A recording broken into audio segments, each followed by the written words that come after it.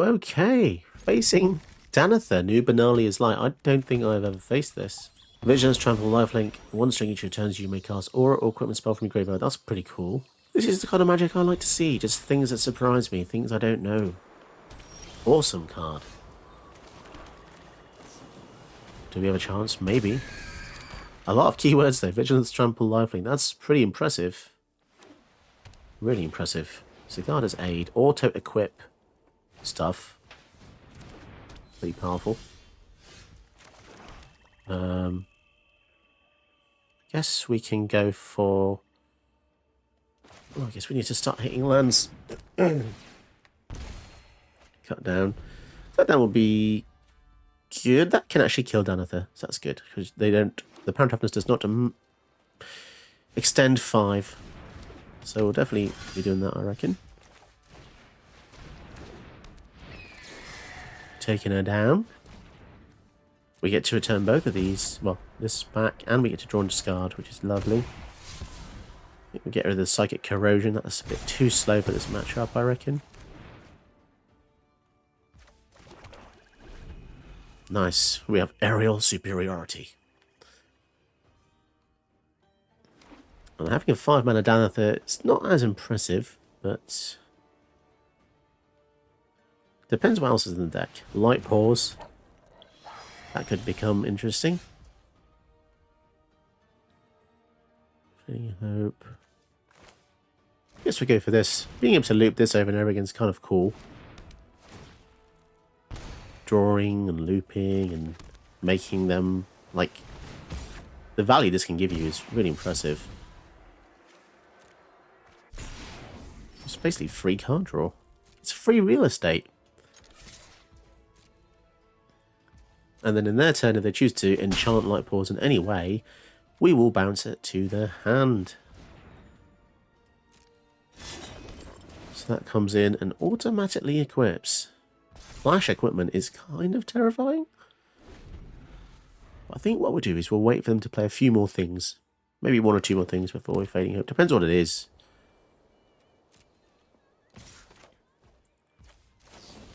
See if they have any protection here. Intimidation campaign coming back to hand. Oh, that's so good. So damn good. We don't really want another land, do we? If they play 2 spells, we get to trigger Ledger Shredder again. File of Galadriel, so we should be triggering the Ledger. But this is the problem with Lazav. Against a player without anything in the graveyard, it doesn't really do much, so we're going to have to rely on the rest of our deck to be pulling some weight here. Consuming Tide. Or we could use Bond of Insight and return Cut Down.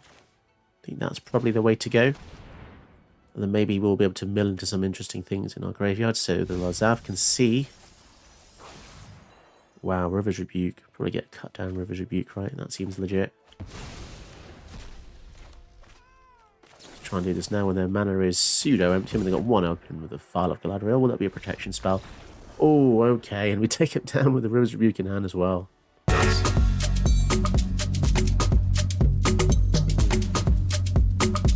I'm kind of surprised how good this Lazav is, especially at Uncommon. A lot of his previous iterations have been rare or mythic, and I just really think I've missed the mark. This one, firstly, it just works. It's very easy to synergize. So let's have a quick read. Whenever you commit a crime, so that's target something basically, put a counter on him. Then you can exile a card from a graveyard. If a creature is exiled this way, you may have Lazav become a copy of that until end of turn. So basically, target something, make him become a copy of a creature in anyone's graveyard. It only triggers once a turn, but it's really nice because it's just so much faster than doing it the every other Lazav way. Every other Lazav just has too many hoops to jump through. This one seems really simple. No additional kicker costs or anything like that. And it just, the base of the deck works are similar to the previous Lazav. Which is the Investigate Clue one.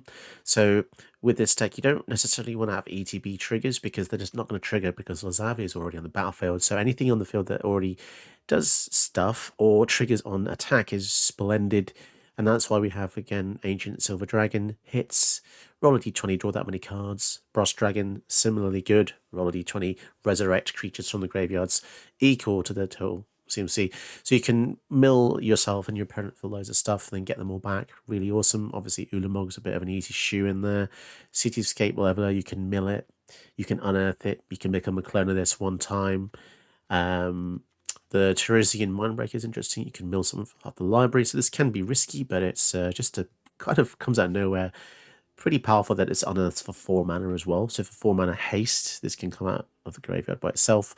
And as is customary with decks where you want to mill yourself and your opponents, you have to have a few things that mill one another. So you can use stuff with Surveil. That works pretty well. Thought Erasure. Vohar effects. So these are essentially looting effects, drawing, discarding with a bit of upside. Likeness, Looter also draws and discards, and Rona as well. And I guess you could say Malcolm is similar. It has to deal damage to draw, discard, but that does it as well. Ledger Shredder, so you get the point. Lots of stuff that draws and discards, puts the stuff into the bin to resurrect them later. Disinformation Campaign and Intimidation Campaign. Oddly enough, both have the word campaign in, but they both do similar things. Come in, you draw a card, does some other stuff as well, and can re-trigger off crimes. So this means you can return this to your hand. So yeah, there's lots of synergy going on. So it's a bit like a mill deck, a reanimator deck, all sorts of stuff going on. Beautiful in these Dimir colours. Let's see how it gets on. Lazav is... This could finally be the Lazav we've been looking for, and just crazily enough, at uncommon range. Yeah, enjoy the video. Okay, let's go. This is an exciting keep. I like it a lot. Start with the command tower. Got Fading Hope to bounce their Mana Dorks. And Nylea is nice to see something that isn't just going to kick our ass instantly. You know what I'm saying? You know what I'm saying, guys? Let's put that to the bottom because we have a fair few lands already. Wowzers. In my trousers. Search for Scanter. What a lovely follow-up there. And next time they redeploy the Galagritas, we'll play Elspeth's Nightmare to annihilate him. And they missed a land drop. Ooh, Castle Lochthwain. Lovely addition to the field. Take care, Galagritas. Now, please, I hope they get an extra land so they can play the game.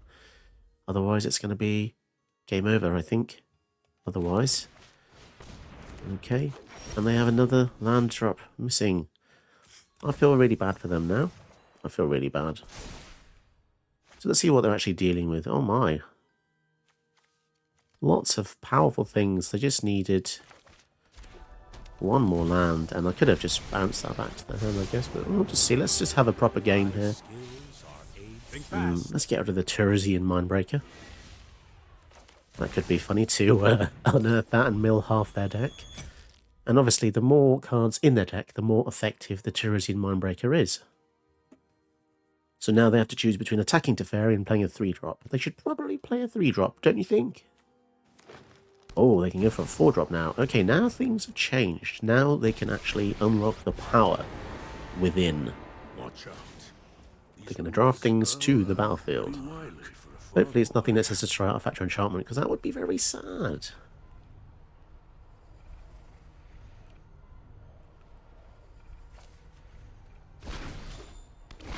Trouble Snout. Okay. Counter. Fine. Fine. We need something good now, because I feel like they've diversified quite a bit. Although we have Search going to flip soon as well. That Garrick has definitely made things a bit tougher, I must say. So what we could do is... I feel like we want to really get Teferi to ultimate level. Return. Target non-opponent to his hand.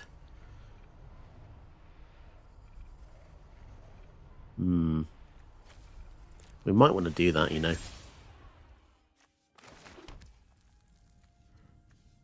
Yeah, I think we might go for the Lazav. We've got 3 mana up, so we can go for Well of the Forgotten. If there are 8 or more permanent cards in your graveyard, you may choose 1 or more instead. So we can return something to its owner's hand. We're in an annoying spot now. We probably just want to kill something instead, right? Let's just wait and see here. We don't really want to become a copy of this in our turn because it will be exiled. So, at the very least, we can block the Truffle Snout. It looks like a Pokemon. Yeah, maybe we shouldn't have gone easy. maybe we shouldn't have gone easy. Letting them have the landmark loan speaker has made things annoying. I speak for the wild. But there we go. That artwork is very cool for that Thrashing Brontodon, different from the original. I think much better as well. They can play that to destroy one of our powerful artifacts or enchantments. They are going to go for that. But then that means they lose Thrashing Brontodon, so...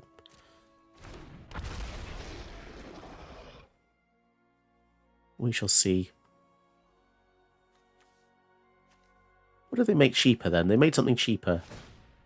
I'm just going to blow up the search for a Scanter. Oh, that's so rude. Okay, well, fine. If they want to have a one fewer creature on the battlefield, I mean, they're already kind of strapped for resources as it is, you know?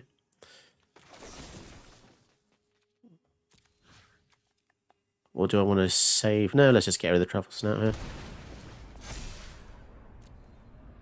We'll get rid of something in the graveyard just to put a counter on him. Although that happens anyway, right? Put a counter on him, blah de blah. Oh, breach the multiverse. Well, that has taken precedence over literally anything else. Oh, I think there's a clear winner here with the Silumgar's command. Kill that, kill that. 5 mana for that. Crazy. Might as well become a copy of that and swing in with a 5 damage creature.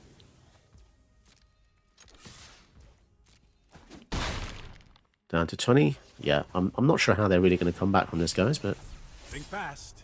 Yeah, we'll definitely discard the Swamp because we really need to keep the Breach to Multiverse to ensure domination here. But yeah, it really makes me think, how many lands are they actually running in their deck, you know? If they've missed, they must have missed about 4 lands here. I do love a good puzzle.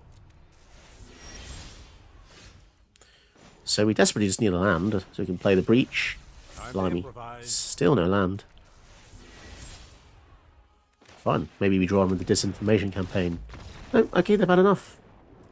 Yeah, they were just kind of running on empty there the whole game, sadly. This is a super risky hand, but I want to keep it because we have some essentially win cons in our hand that we probably want to keep against. Yorion is just a really long game to face, so hopefully we can do some fun things here against Yorion. They're going to be very controlling, lots of synergy with ETBs, flicker effects.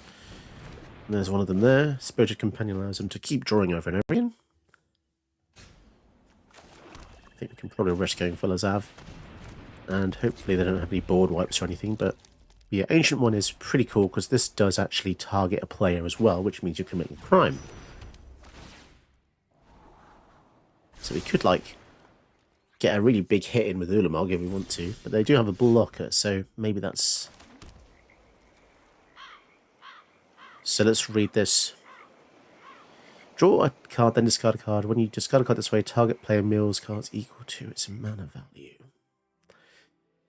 Okay, let's just see how this goes. So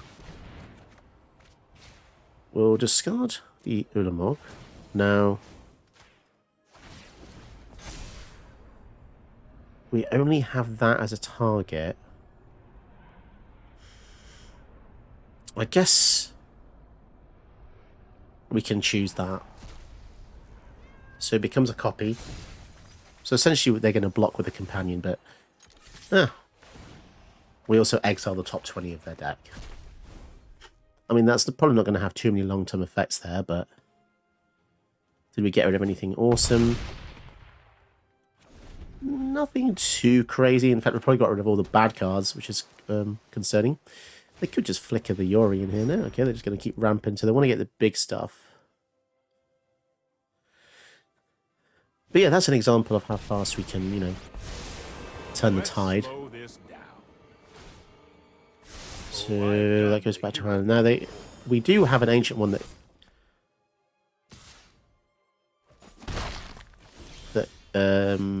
it can't attack or block unless 8 or more cards in your graveyard. Yeah, that's a shame. That is a shame. Guess we'll go for Artefairy.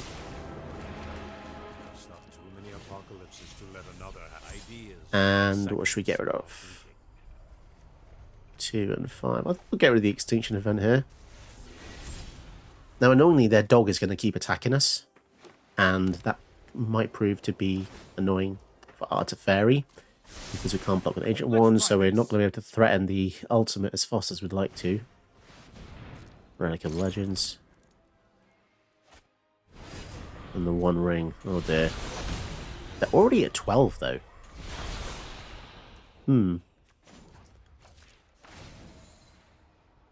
Okay. I do love a good Likeness Looter. We can get rid of that there. Yeah, I'd really like to kill this companion.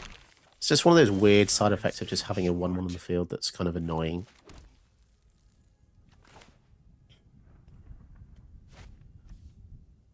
No big creatures in there. Displace a kitten.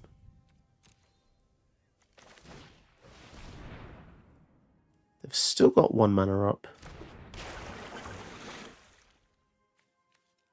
Guess we'll go for the Lazav to block the companion if necessary.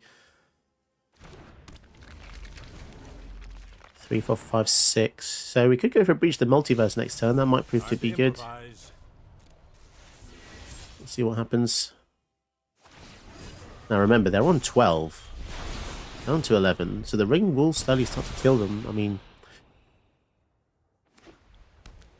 But who knows what other powerful things they have. Still digging for answers. But then the Yorion can just flicker the 1 ring and take it back to 0 counters. Yeah, there's that as well. Key to the archive. What exactly are they looking for here? This is the question. You'd think they had lots of good stuff already, right? You'd think. Getting rid of the Patriarch's Humiliation. Okay, so they did not want to use it on our Lazav. Interesting. And there's no fantastic creatures to kind of clone, annoyingly. Regrowth. They're going to return the Time Warp. That could be concerning. That could be very, very concerning there. I do love a good puzzle. Extra turns with their board is not something I want to face, to be honest. Cold Steel Heart. Man, I'd love to just bounce all that stuff. That would be so good. And they're just going to bounce it back to our hand. Don't worry, I got this. It's pretty annoying, but at least I don't have to fare anymore. All that to just take our Teferi off. Maybe it's worth it in the end. Let's see what we can get here with the discard. Don't worry. Cavern of Souls. Yeah. I think we'll play the Cavern of Souls. Name Shapeshifter. That might prove to be effective. But I definitely want to go Breach the Multiverse first. That does mean the Ancient One should be able to attack now, I think. I'm not 100% sure on that. Ancient Silver Dragon. And we get... Ooh. What do we want to do? I guess to Fairy we can get that bounce something of theirs.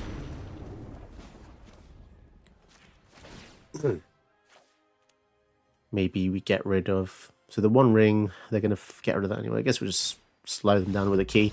No way! We actually took him out.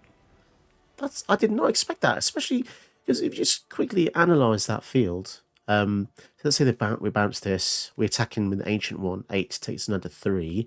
In their turn, they'd still have 1, 2, 3, 4, 5, 6, 7, 8, 9, 10 mana. That's enough to Time Warp and use the Yorion.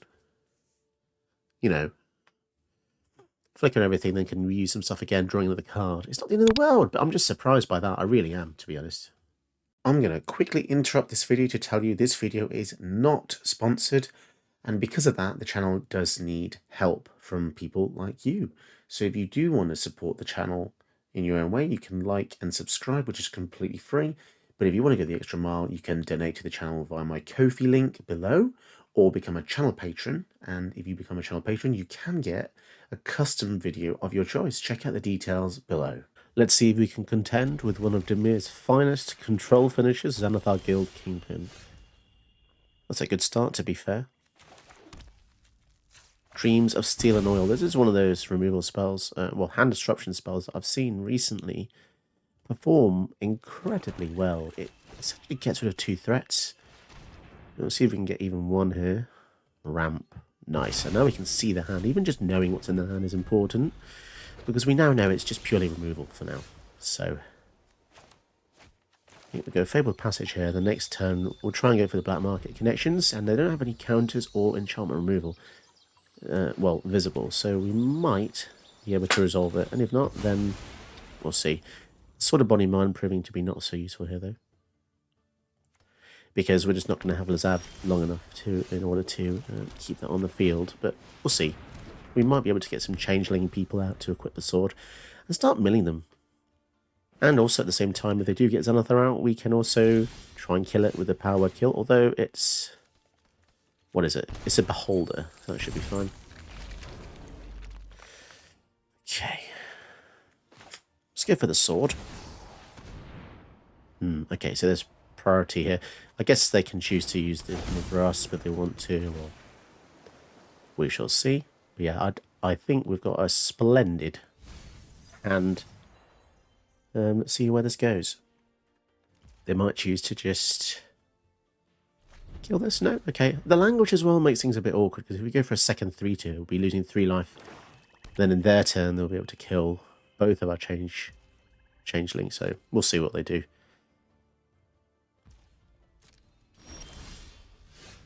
We might not want to lose too much life, but then we might also want to force their hand. So we get down to 12, which is risky, but we're kind of forcing them to use the Languish, essentially. They might want to kill this in response, but if they do that, it means that... okay, so it looks highly likely that they're going to be languishing in their turn. Maybe not. Feels like a waste. It's just going to be 5 damage and mill 10. No? Okay, I thought it was much. The presence of Languish really... yeah, that feels good for us. Because it just basically means that removal spell... there's now 1 fewer removal spell to use on our commander. So, yeah, okay. Nice. Nice kind of training point there to see, how people react. Especially because we know this information. Okay, whoa, waste of kill spells, man. If they were going to kill both of them anyway, they should have just used the Languish here. Especially knowing this is a sorcery speed kill spell. Damn, what a waste. Okay. They really don't want to get milled by that. You know what? They hate that so much. I'm going to play aggressive, because I want to see how they cope with 1 activation, because they really don't want this to be used at all, apparently. So let's see how they appreciate this after they've used 2 removal spells. And now they're going to have to use Languish on 1. Or they will get a 2-2, so I guess it's still 2 for 1. Nice. Okay. But remember, our job against control is we want to empty their hand. And playing small stuff like this... there we go. So there's the Languish, as expected. So now there's 3 unknowns in their hand, and they still haven't deployed to the Xanathar, so... let's try and preserve some life here, because we are getting low, to be honest.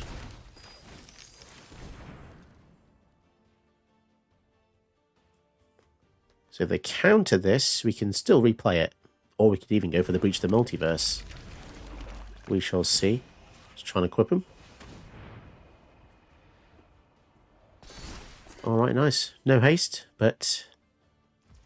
okay. What's in our graveyard? Just a Brazen Borrower.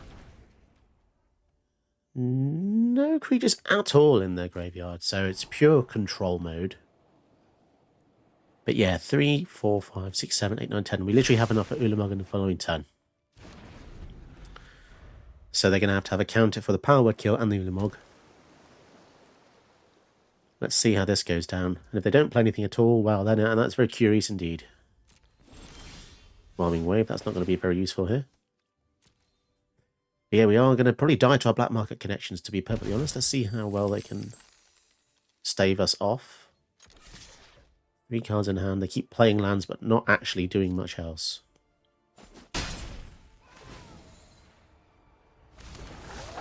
Okay, I guess we'll just try and kill them with the The Wolf and the Lazav. That will have to do for now. And I do have a Hullbreaker Horror, then okay. I'm going to steal a spell from the top 6 of their deck.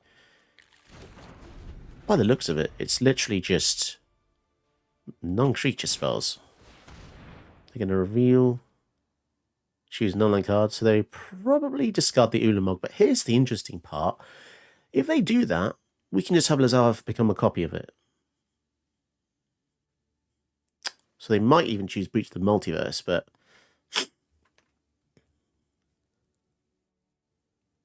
yeah, okay. I wonder if they actually understand what Lazav does. We'll see.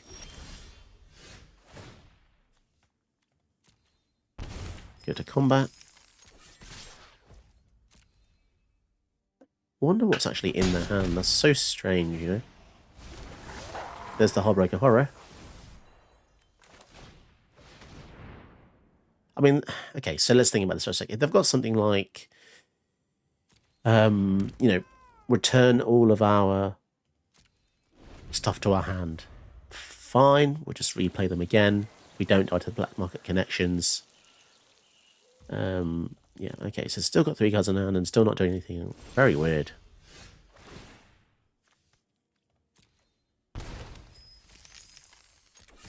Okay, so that's... They're at 3. And by the looks of it, we're just going to mill them out at this point, because down to 41.